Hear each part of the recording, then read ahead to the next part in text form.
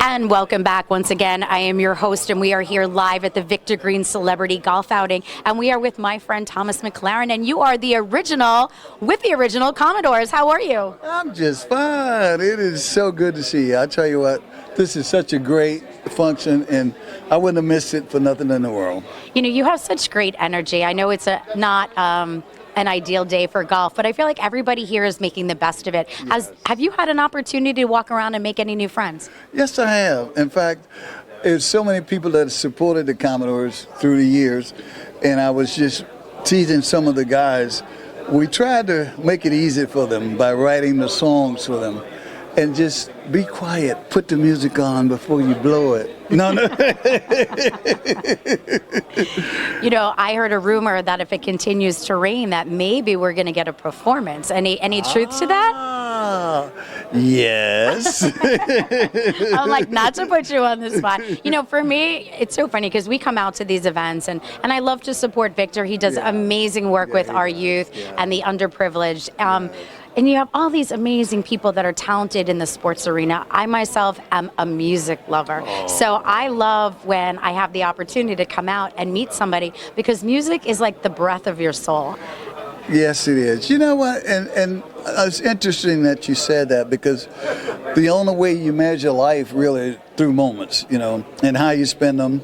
And then it becomes with whom you spend them with. Yeah. And music has a way of communicating in ways that sometimes nonverbal communication, you know, and it penetrates through the hearts and the souls of people. So I'm really honored to have a gift that can be used to have that kind of communications. So obviously you've had an amazing journey in the musical industry. What do you miss right now, you know, the most?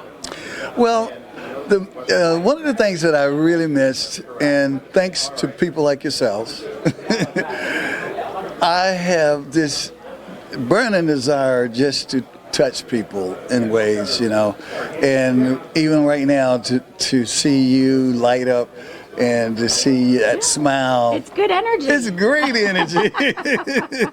I've talked to other musicians over the years, and sometimes they feel like when they're not, I don't know what to. First of all, you're a legend, but some people are not as relevant, right? You have people's careers that maybe were short-lived, and then they're reinventing themselves. That's true. So a lot of times when they're no longer with their crew, right? You're no longer with your brothers. Yeah. What are you doing to keep yourself busy?